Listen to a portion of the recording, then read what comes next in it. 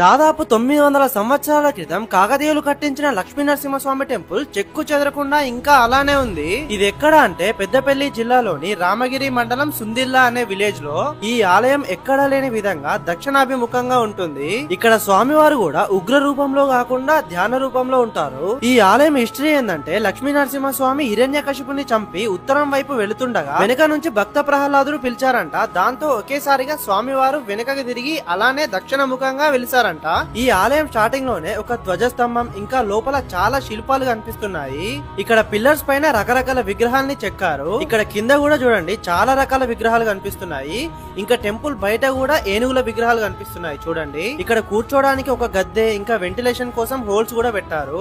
ఇంకా గర్భగుడిలో అయితే లక్ష్మీ నరసింహ స్వామి వారిని ఇసుక రాయితో ఒకవైపు నలుపుగా ఇంకో వైపు తెలుపుగా మలిచారు. ఇక్కడ పక్కనే అమ్మవారి విగ్రహం కూడా ఉంది. ఇక్కడ బయట ఒక పాత బావి కూడా ఉంది.